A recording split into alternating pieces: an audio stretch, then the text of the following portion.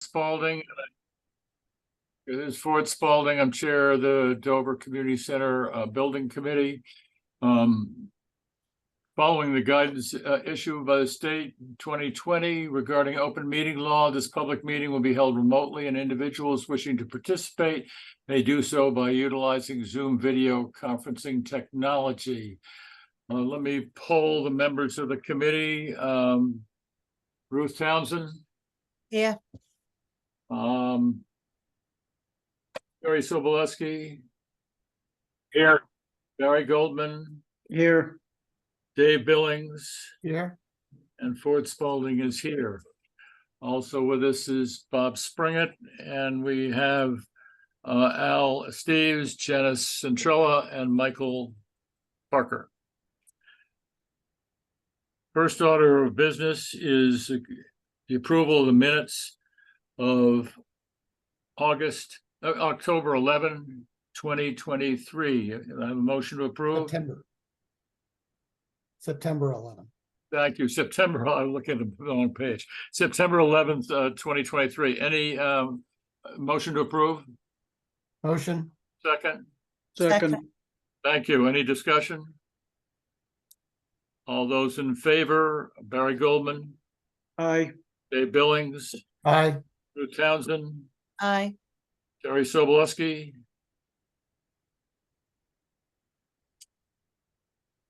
Barry. I got you. You're not coming in clearly, but I heard noise. And Ford Spalding, aye. Okay. Construction progress. Thank you, Ford, and apologies for the technical difficulties. My info CAC on your screen. So as far as the agenda is going to be similar. The agenda for today, it's going to be similar as last month. However, you will note that we do not have an agenda item for a change order, and that is because the contractor is still waiting on a couple of invoices for the change order that is associated with the additional asbestos abatement work. So that is something that is going to be presented at the next building committee meeting. Related to that, I should also note that the contractor is not requesting payment for any of the additional asbestos abatement work, even though that work is now complete. I don't know why I feel like they could have invoiced for the work that they have invoices for, but they just decided to push the entire invoice for the next payment application. They wanted to have a complete package, so rather than do it in parts, we're doing it one complete action, right? That is correct, Ford. And so what you will notice, it's once we get to the invoices section, that the invoice for the contractor for the month of September, it's going to be lower than the one for last month, and that's the reason why. Okay. All right, but we need to approve the change order before they can invoice it. So because it's a construction change directive, I believe that per the contract, they can, invoice for parts, even without the change order, invoice for work that has been completed, that is, that it's supported by, invoices or timesheets, etc. But they just decided to. You still need to amend the public contract. You still have to go through a process. I mean, we'll pay it, but it needs to get amended. But okay, we absolutely need to reconcile it with a change order once the work is complete.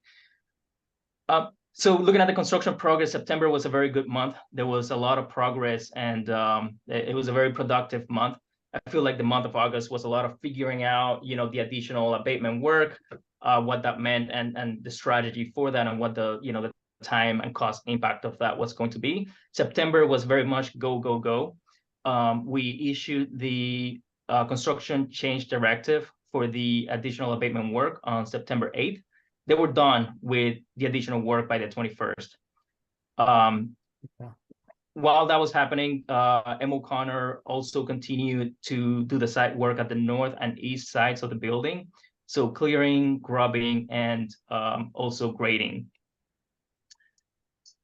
The Aquarium temporary water line that was at the site is not part of this project, but it's something that was at the site, and we were very much trying to, get that removed. We didn't want it to get damaged during demolition. That's already been removed. At the 1910 building,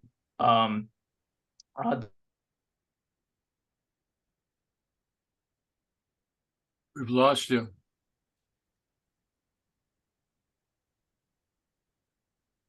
the portions of the slab that were to be removed. The buildings, the 1970 and the No, 1930 I buildings. think we lost you on the 1910 building slab. So why don't you start that part over again? Yep. So the 1910 building, the slab was cut, and the portions of the slab that needed to be removed for the footing work were removed. So that work is complete.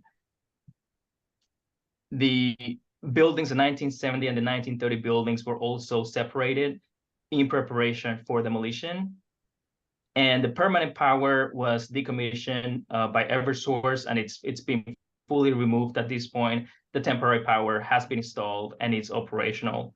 That was a group effort between Eversource, M. O'Connor, and the electrician. That was completed on October 5th. Ongoing activities, building demolition it's well underway.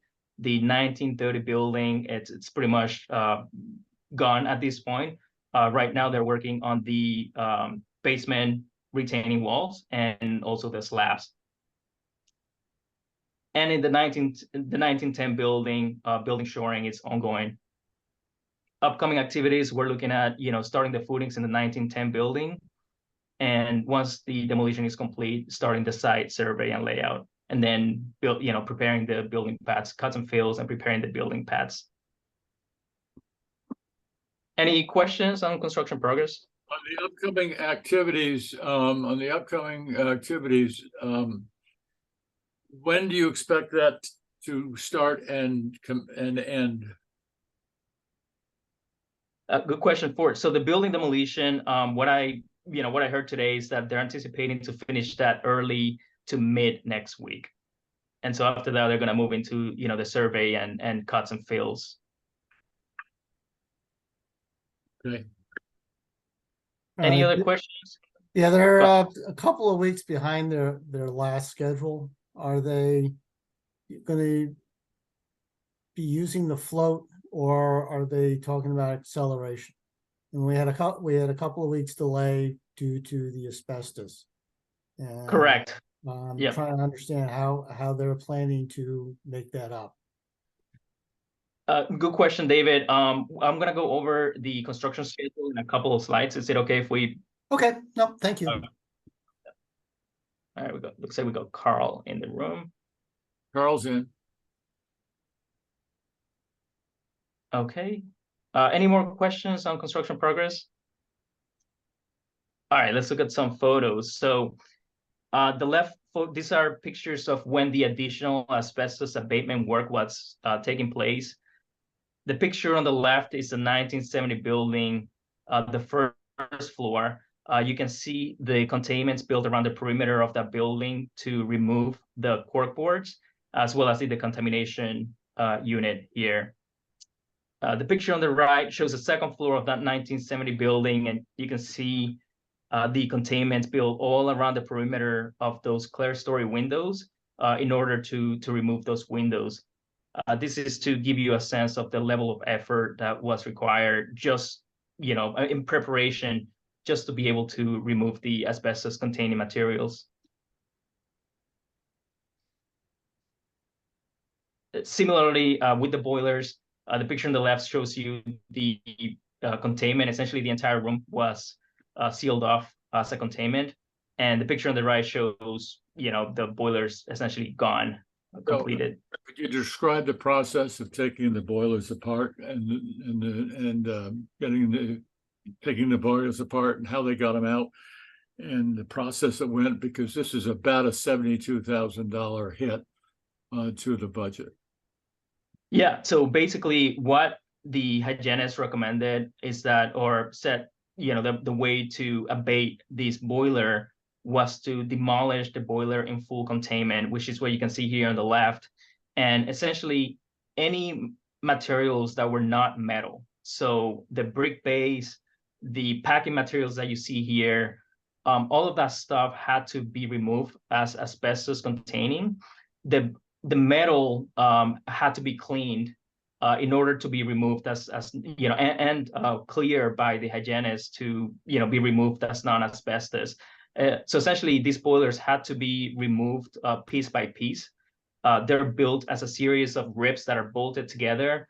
Each one of those ribs, I believe there were like 30 something pieces per boiler, and each one weighing about 300 pounds.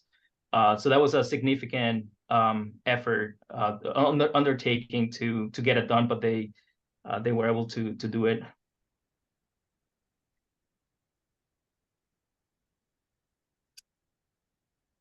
Okay. These pictures, the picture on the left, actually, I took today, and it shows the status at the 1910 building, the basement level. So it shows how you know, you can see where the slabs were cut, removed, and you can actually see some of the shoring on the right side that was installed just because of the demolition that's happening in the 1930 building with the vibration. They did not want to compromise the structure here. Picture on the right, it's actually the first day of demolition. They toppled over, this is 1930 building. They toppled over a chimney that was there and essentially went through the roof, the attic framing and the first floor framing, and landed on the boiler room, essentially. More demolition photos. These were taken last week. Demolition started last Monday. And these were taken, again, those were taken last week, and you can see the 1930 building, how they were just, you know, going away at it. And a couple days later, this is from last week as well, you can see the status of the 1930 building. And it's at this point, in this picture, it was mostly taken out at that point. And got a couple more photos. These were also taken last week, showing the 1970 building with some of the roof removed. And on the floor here, you can actually see the slab that was taken out of the 1910 building on the ground. And just another view of the 1970 building with the roofs removed. Now, you anticipate that by the middle or end of next week, these buildings will be down? Yep. So these two pictures here are from today, and so as you can see, like the slab in the 1930 building, it's already, you know, was already removed, and right now they're working on the retaining walls, and so they're you know, they were working on that today. So that, other than that, the 1930 is pretty much done, and they were working on the, you know, starting at the 1970 building, that connector to the 1910 building. So this is what they were working on today, and then after that, they're just going to move on with the 1970, which is going to be a lot simpler because, you know, you're not dealing with the basement, so you're not dealing with all those retaining walls. What was interesting about the basement and what you're looking at is the sand. The amount of sand that was in the subsurface was incredible, and that's just a huge sand pile. Yeah, this whole area is gravel and sand. Yeah, but this was, Dave, this was pure sand. I mean, there weren't no I rocks. have whole pockets of sand that are in my backyard. Oh, I really? go down and I just hit sand. I figured somebody brought it in when they were building the building, but that's not true, right? No, I got a whole little hillside full of it. That's fascinating. That's what the geotech report said, that there's a little bit of fill that's going to have to be removed, but yeah, it's a very sandy soil beneath. Is that true? Is that true of Dover? I mean, I think of my place and I don't see any sand in the soil when I'm digging in it, but yeah, it depends. It's an old, probably riverbed yeah, connected into the Charles at one point. interesting. I took a little video today showing how they're grabbing the retaining wall and just trying to break it into smaller pieces.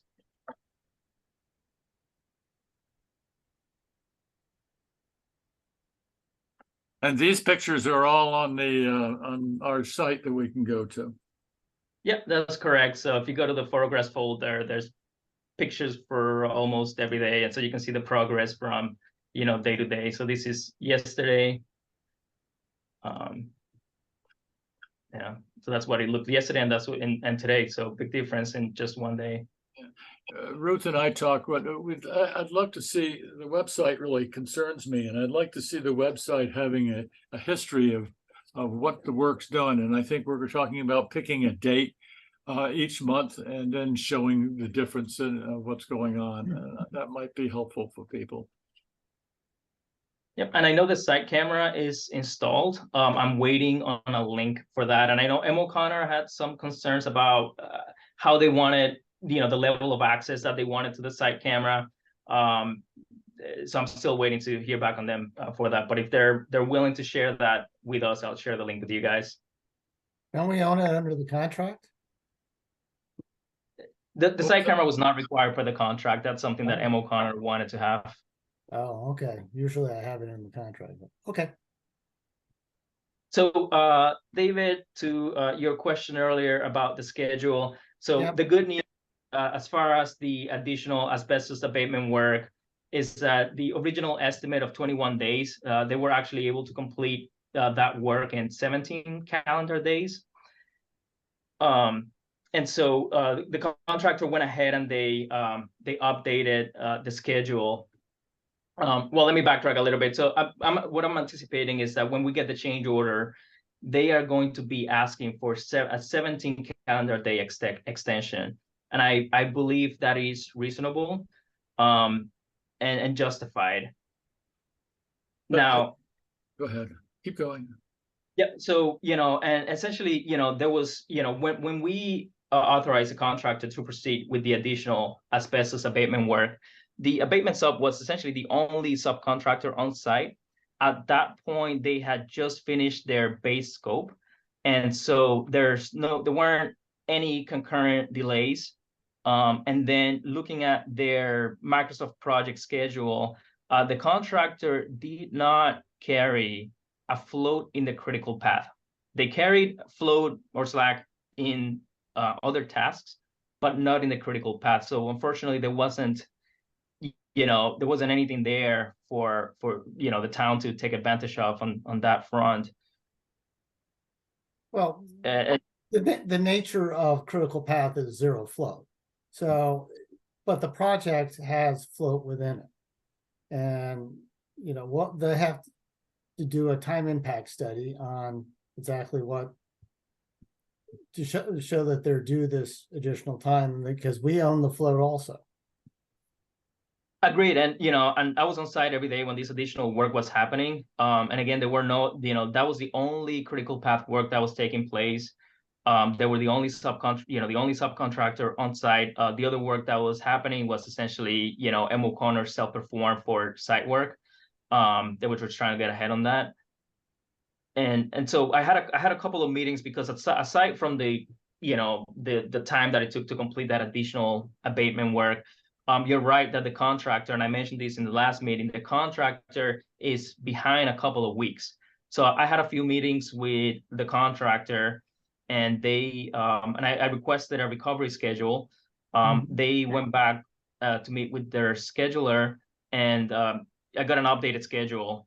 But it still, unfortunately, still shows their current date of substantial completion beyond the extended contractual date of substantial completion. So they still need to go back one more time and make sure that they have a path for completing the project per the date of substantial completion as extended, as it's going to be essentially extended via change order. Dave, help me with this. In Okay. project, you are able to make up some time, and if you work at it, you're able to do it. And whether you do that on a Saturday work schedule or not, but I would hope that we could find times that we could be able to move the project along to catch up. Your experience, Dave, would be helpful. Yes. Well, that's why you look at a time impact study on exactly what got pushed, where is the float, how we can make it up. Somewhat the time is is certainly an issue. It's more what additional monies they're gonna be looking at. Yeah. You know, and that's why we need to look at what can be moved, what can be accelerated. You know, where was the delay happening? And what does it impact? Right now, it's start of foundations and concrete is the big deal. Can we accelerate that to lessen the amount that's under winter conditions, which is where their cost is? So that's the analysis we need to look at. We need O'Connor to come in and see how best we can manage this. I mean, if they just want time, I don't have any problem with giving them time. It's the additional the general conditions. 'Cause that's where the money is. Yeah, you're absolutely right. I mean, once we get that change order, M. O'Connor made it very clear that that time extension needs to be justified, and that I'm not the only one that's looking at that backup. That we essentially have it's available to the building committee to review, and we have a lot of very highly experienced people, luckily for us, in the building committee that can help with that. So on that front, I've made that very clear multiple times to them. So they know what I'm looking for as far as backup on that time extension. As far as the other delays that are, beyond that time extension, I'm going to have a meeting with the project manager as well as the vice president of the company early next week. And we're basically just going to try to figure out how we can get back on track. And whether that means, working overtime or working weekends, we need to figure out a way. At the end of the day, it's an M. O'Connor's bet, and you're right, we're approaching winter, and at the end of the day, it's an M. O'Connor's best interest to, get back on track. They understand, the implications of not, completing the project. Yeah, I'm not so much worried about that. It's really looking at where they are on steel delivery, because that's really the next. That's a big one. That is a big one. Yep. And in order to and then you back out to start of foundations. Yeah. When where is that float between start of steel and the delay in start of foundations? I asked the question in our meeting on a week ago, Tuesday, about steel, and they seem pretty relaxed that they're going to be on schedule. Okay. So I hope that's true. Yeah, I haven't seen any big delays in steel delivery in Right. The last year or so. Yeah, M. O'Connor is very much aware of the steel delivery times, and they know that sometimes production in the winter is a little bit slower than other seasons. So yeah, and we always figured it was going to be winter construction. So yeah, it depends on exactly what gets pushed into the winter and for how long. I will say what's good about the people that are on the job from M. O'Connor. They're very accommodating. And very helpful, and I think Al would concur that they're going to do everything they can to move it along as much as they can. Yeah, they're very good. It's in their best interest to do so anyway. But yeah, they wanna. What I'm getting from them is they want to work with us to try to figure this out. They know it's important, and so we need to go back one more time to make sure we get the schedule tightened up a little bit, and looking at some of the timeframes that are coming up, see where we can make up some time. The other issue on schedule is long lead items. Where are they on, like with Eversource and getting transformers, and permanent power set up, and any, I guess, mechanical equipment? Those are the two big ones that. Yeah, we've been problematic. We've been going pretty hard on the submittals. That's a substantial. I'm not sure if Janice or Michael, if you can speak to the specific submittals for permanent power. I would have to go back and look on Procore, but if you guys know where that's at off the top of your head. Hi, this is Janice. I would say Michael could probably speak to it more, but I know that we have switch boards and panel boards in, but a lot of the other electrical has been sent back. But that was because it required a resubmission. Michael, do you have anything else to add for electrical? Yeah, I was just working with panel boards and switchboards. Panel board has been sent back, approved with some notes. And switchboard, I'm hoping that the engineer is getting that back to us, tomorrow or the day after, and to move that along. Okay, other lead item, long lead items, elevator went back, so that is approved and back. So they should be set on that. I believe that the transformer is coming from Eversource. So Yes. it's really it's really a matter of them working with them. We've not seen anything on it other than the pads. So maybe Al, we could talk about that next week at OAC, see where that is. Yeah, it's getting Eversource to Yeah. get going on it. That can be a problem. But with Eversource, my experience is you really have to push them pretty hard. Yes. Correct? I Mhm. mean, there's not responsive a lot of the time. Yeah, I believe the generators were already approved. Good. Yeah. Yeah, but that's the town. It's really getting Eversource and the design of the permanent power also, because they've got poles they got to replace. There's a lot of work that Eversource has got to do. Can Let's I keep butt it on in? top of This is them. Carl. Go ahead, Carl. Carl. Yes, sir. Hi. Eversource was on site today on Springdale for that pole relocation. Yep. Oh, good. And they marked it all out. So they're Yes, aware of the Selectmen pole. approved that the other night. Okay. Yeah, but the permanent power is going to come from a different division of Eversource. That's been the problem, or where I've had problems is getting the permanent power design done. You really got to keep on them. You got to keep on them hard. That's a good point and suggestion, David. We'll make sure to make that an agenda item during our ongoing OAC meetings to, Okay, keep good. that. Thank you. Anything else on the anything else on schedule? Nope. Go on. Okay, budget, not a lot has changed other than the 6 invoices that we received for the month of September. Those changes are highlighted in column D1, and I'm gonna go over what those are in the next slide.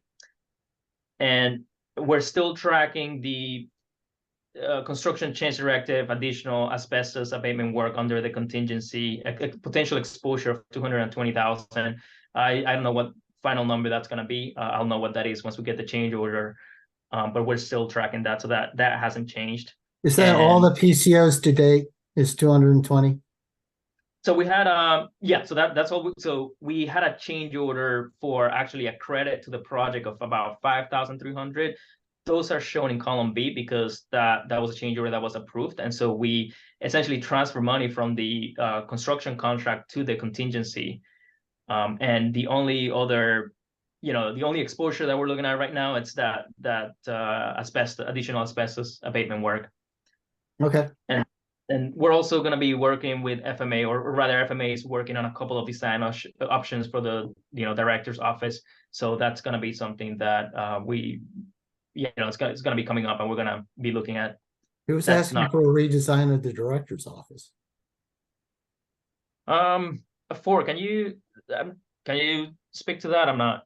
Well, I can say that the selectmen are interested in it, and they've been asking for a design and cost. And what I've said we need to get is the design, the cost, and the timing. And the timing is critical because there's a critical path to the internal design of the building. And Yeah, we're at the bid now. It's not the time to. So we need to know, and it's a change order. So I think before they can make a value request, they need to have that information. And I know Janice and your team are working on it.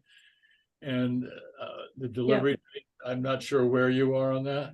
So we have the proposal. I just, Deborah has been away at a conference these past 3 days.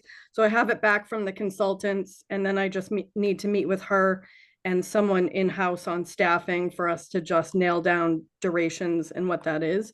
And we'll be able to issue it. So that would be the proposal for doing the ad service, And to do the design. what you're telling, what you're gonna show is what is the cost to get to the A cost, design. Yeah. Yes, correct? Yep. yes. I And just to clarify, so everyone understands, this was a request to add an additional office for a director for the facility. We need to be very clear here, guys. The committee assumed a management structure similar to what existed with CMAC. Many times during the project, I warned you that that was not going to happen. And I was assured several times that adding a director's office for the community center would not be a problem. I don't know. This was raised early on, folks. I don't know where you got that assumption that it's From not, you, Ford. I got it from you. well, you know, you didn't. And Yes, I did. the town meeting, well, we can get into a whole discussion on this, but a town meeting did not fund that position. So Precisely right. And so we're doing it now. it's, Okay, we'll get the number, and to me, you get the number, and then we're gonna have to figure out how you go to town meeting to get it approved. Are there any estimates on what this will cost to find out the cost? Barry, that's what Janice. Well, Janice, just a preliminary estimate. Just so we can have something to chew on a little bit. No, I mean, our proposal would have the contractor pricing it, but I don't know, Al, if you have in-house estimating or something that we could talk to. Yeah, on my end, the plan was, once we have those proposals, M. O'Connor was very much willing to provide a pricing for that. So that Okay. was the plan. So it seems Well- like the proposal is almost ready, and we'll get it to M. Yeah. O'Connor. I Yeah, mean, and how much I was- work does this take? I was looking at a duration about a week or two to put something Yeah. together that they could give a preliminary schematic price. Because we're looking at 2 locations, because, one of them may fall out for other reasons where it's just not feasible.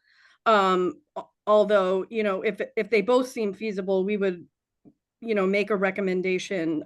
But we did want to kind of bounce around those 2 prices with it, okay.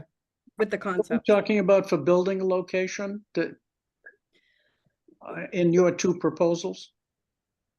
So we had a preliminary discussion with Ford and Bob.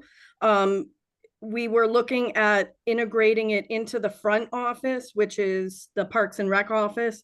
And then we were looking at an alternate location that would put it next to COA.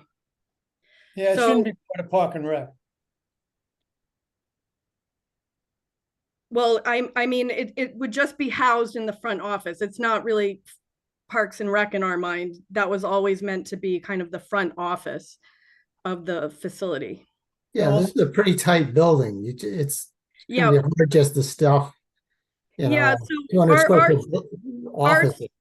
our strategy was, we did not want to, extend any foundations or take on additional building mass to kind of keep the costs in check. So we are integrating it into the building footprint we have now. Yeah, you really have to at this point. Yeah, that was M. O'Connor's first comment was, is this going to impact the structure at all, just because of where we're at on the project? So Well, you do have that room near the COA offices. And as you come in from the building from Springdale come in, make a left, come in, make a right and a right. I don't know if that is what you've been talking about, Janice. No, I mean, we'll do up some diagrams, but I mean, we didn't want to take up the lounge space, which is the first space you come to. Yeah, so we'll see.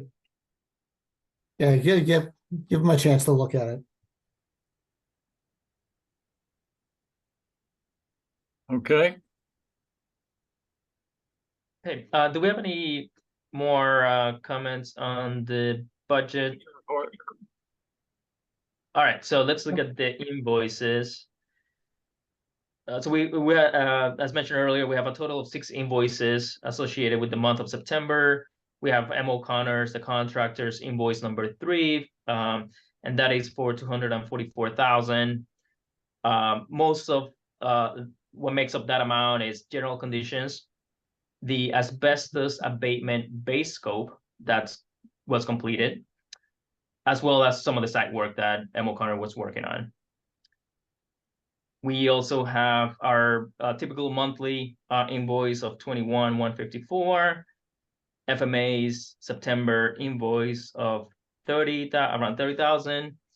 We also have an invoice for the hygienist, and that gets them through completion of the project. That's for 14,000. Now they did tell me they have another small invoice that's going to be coming up for their closeout report. That closeout report was received today, and it's available on the shared drive if you want to take a look at it. Are they within the original budget?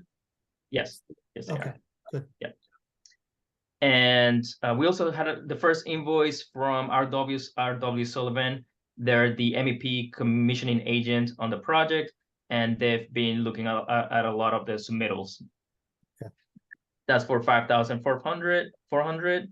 And then we have the typical monthly invoicing for the container rental for $398. so what I would like is a motion to make a recommendation to the town to pay these invoices in accordance with what we have been doing for $315,907.44. Is there a motion? Is Motion? there a second? No second? Second. Thank you, Ruth. Any discussion? Well, looks good.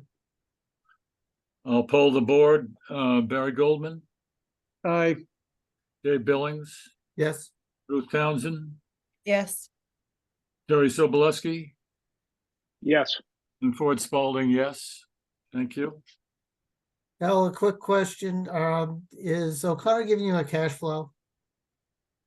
We did get one because Carl, when we had the kickoff meeting with the project kickoff meeting, Carl Valente had requested one. That I believe is on the shared drive. Let me make sure it's there. And Okay, I can. yeah, I don't find the budget or cash flow on the shared drive. Maybe I'm looking in the wrong folder. Yeah, it's just something, yeah, I'd like to see monthly because that's a good check on the schedule. Of course, yeah, I agreed. Yeah, I can't remember off the top of my head where I put it, but let me look into That's it fine. and I'll make sure you have If a you could copy of it. make sure the committee knows where it is, that'd be great. Yep, Yeah. thank you. Sounds good. And I believe that's it. I don't believe we have any citizen comments. Any citizens? I don't think there are any citizens on, but I'll ask any citizens' comments. Future business recommendations, anybody? The one thing I wanted to ask everyone here is, did you guys get an email from Microsoft regarding the OneDrive folder? You know, I got it, and I get some of these emails, and if I don't know what it is, I automatically don't answer it and I delete. Yeah, But I sort of remember it. So essentially Colliers is changing their security settings on sharing folders on OneDrive. And before, you could, the way that I had it set up is, it was essentially a public link. So as long as you had a link, anybody could access that folder. So if you knew somebody that needed access, you could just give them that link. They could access it. We're not doing that. We're going to stop doing that, I believe, yeah. in a few days. And so what I needed to do is give you access directly with your email. And so you should have gotten an email from Microsoft giving you. I I didn't get apologize. one of those. I did remember that, and I did answer that, and I did do that. So I Okay. think you might want to resend it to the committee, and say they really need to do it ASAP. Yeah, I believe, so that's a good point for it. I believe that, yeah, you have to like click on it and like sign in, and then you should always have access to it. It's very, I will try that again, and hope that works. There was no way for me to confirm it, so I will give that another shot. okay. Ford, before we close, I just wanted to update everybody on the Community Centre Club. that's So great. we're running the club again now that we have the construction started. We have 17 people, including a couple of adults, signed up. It's going to be starting next Wednesday evening, October the 18th. Ed, who is one of the site supervisors, along with Chris, another site supervisor, and Al, have been absolutely amazing in their support, and they're helping me put together a schedule. We're going to be doing every other week from October the 18th onwards. The students will meet at the site and we'll get a tour. And then there'll be a chance for Q&A and discussion and some presentations depending on the different subjects that we're covering. And that's So I just wanted 7 a.m. just, at the site. sorry? 7 p.m. at the site. 7 p.m. Yeah. So if any of you did want to come along, you are more than welcome, and I'm sure we'll be glad of the chaperones. Ed is even doing individual safety helmets for everybody with their names on. So I think the kids will be quite chuffed. Oh, that's great. Yeah, so I just want to say a huge thank you to Al, to Ed, and to Chris for their welcome and support, and just, yeah, amazing support for this venture. And I hope the kids get a lot out of it. Yeah, we're very excited to have the students, and Emma O'Connor has been very, very accommodating and excited about, having the students on site and making sure that, they have a good experience. So it's good.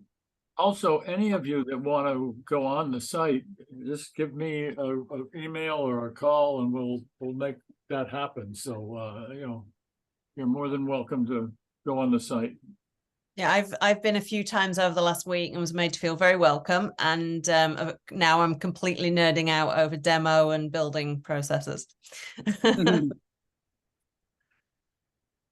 If there's no other business, our next meeting is scheduled for Monday. We're back to our Monday date. We didn't do it this week because of vacation, or Columbus Day or Indigenous Day, whatever it is. So next Monday, November 13, November 13 will be our next meeting. Oh, okay. So it's gonna be the 13th. I had the 6th here, but Yeah, then the second Monday. Yeah, it's the That- second Monday. that works better. Yeah, we'll plan on that. Okay. If there's nothing else, I'll accept a motion to adjourn. Motion. A second, Second. I'll poll the board. Ruth Townsend, Yep. Barry Goldman, Aye. Terry Sobolewski, Yes. Dave Billings, Yes. Ford Spalding, yes. Thank you, everybody. Thank All you. right. Thank you. Thank you, everybody. Thank you. Thanks. Thank you.